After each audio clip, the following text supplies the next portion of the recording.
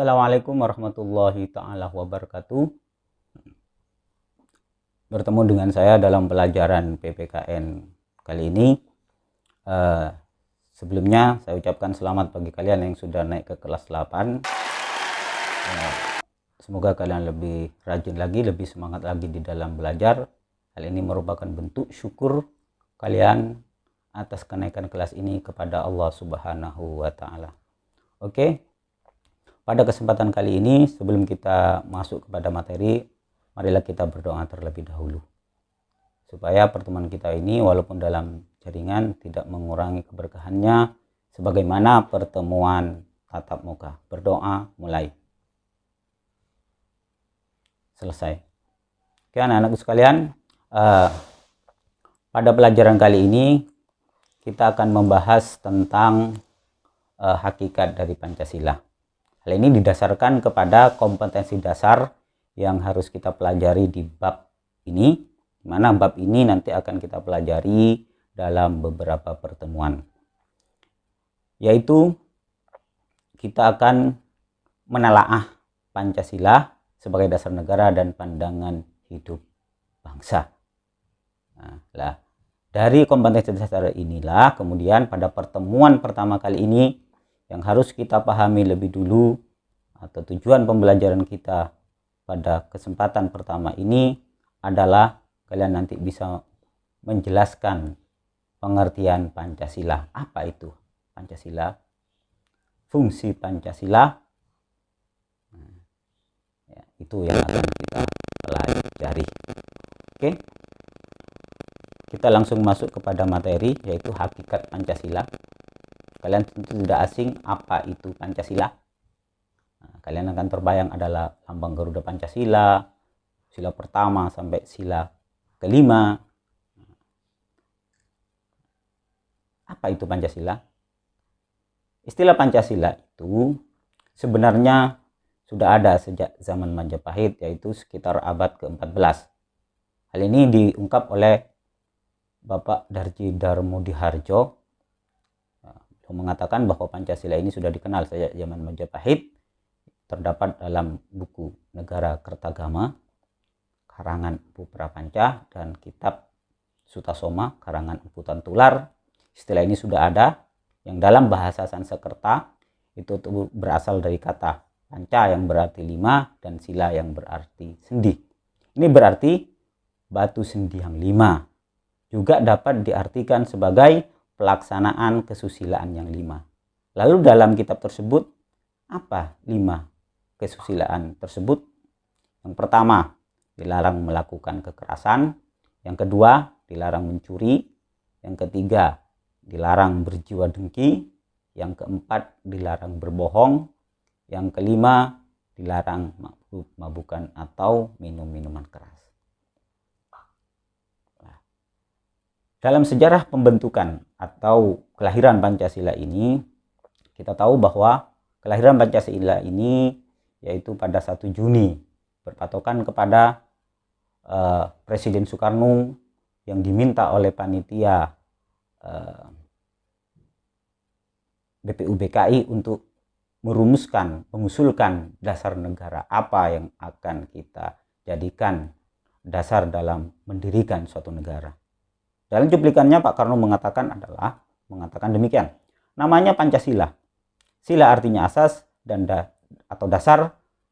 Di atas kelima dasar itulah kita mendirikan negara Indonesia kekal dan abadi.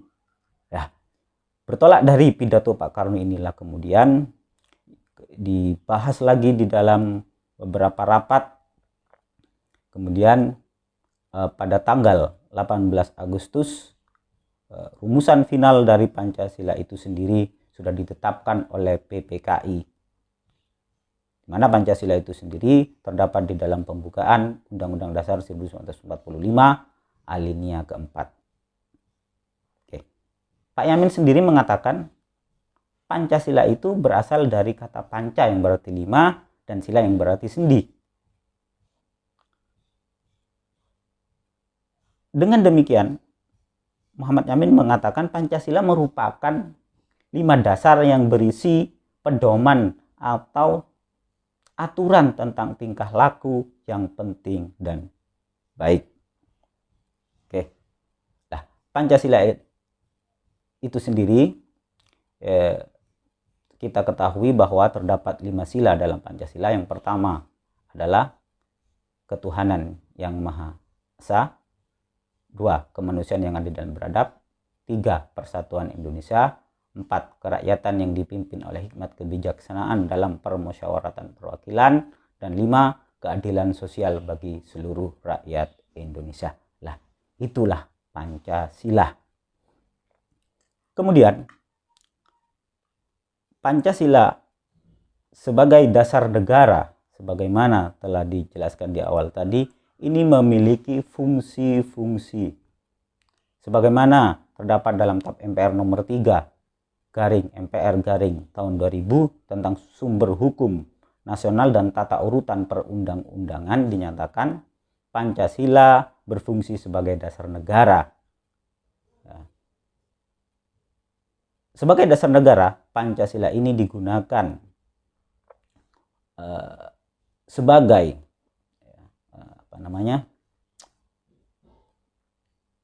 dasar di dalam mengatur penyelenggaraan negara, baik itu dalam kehidupan ideologi, politik, ekonomi, sosial, budaya, pertahanan, dan keamanan atau IPOLIK Soksbud Hankam. Dari itulah kemudian fungsi Pancasila ini dapat dijabarkan dalam beberapa fungsi. Yang pertama, Pancasila sebagai jiwa bangsa Indonesia.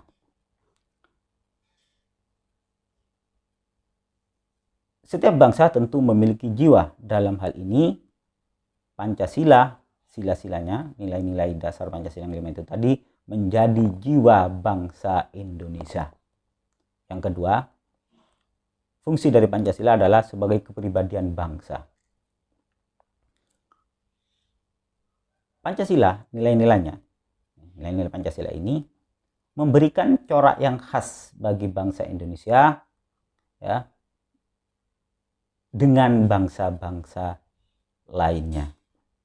Yang ketiga, Pancasila sebagai sumber dari segala sumber hukum di Indonesia.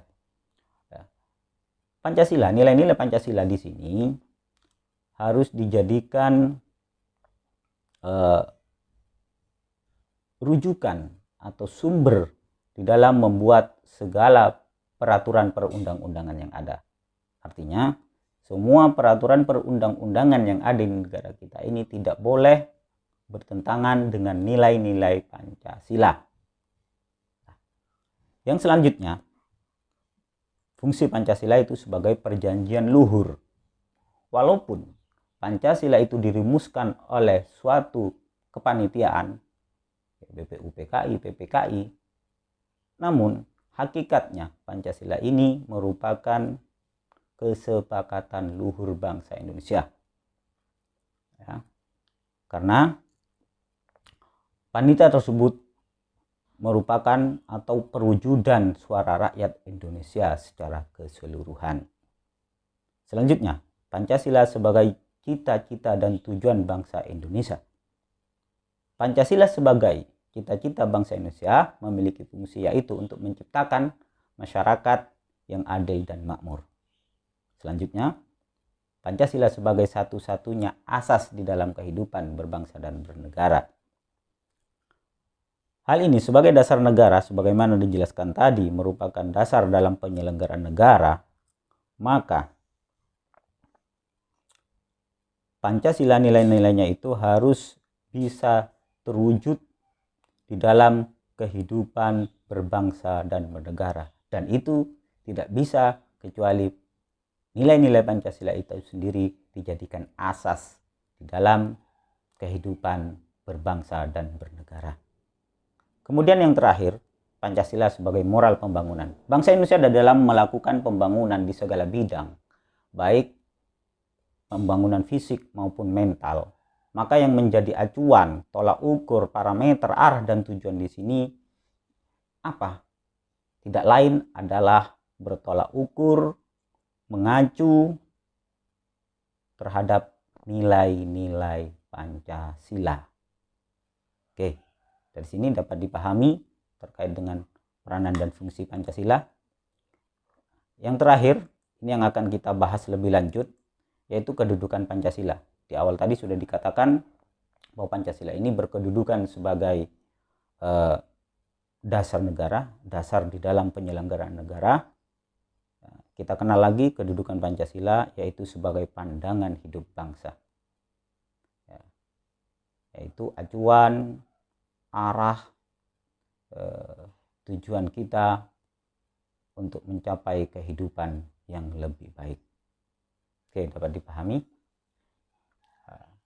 Selanjutnya kita akan lebih lanjut bahasnya dalam forum diskusi di grup. Kalau ada pertanyaan, tanggapan dan sebagainya, dapat kalian sampaikan di situ.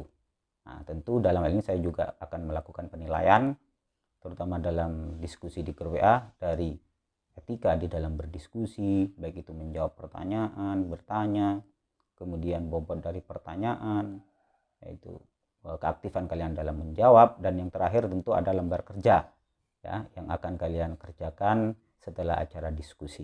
Mungkin itu apa yang dapat saya sampaikan, kurang lebihnya saya mohon maaf. Terima kasih. Assalamualaikum warahmatullahi wabarakatuh.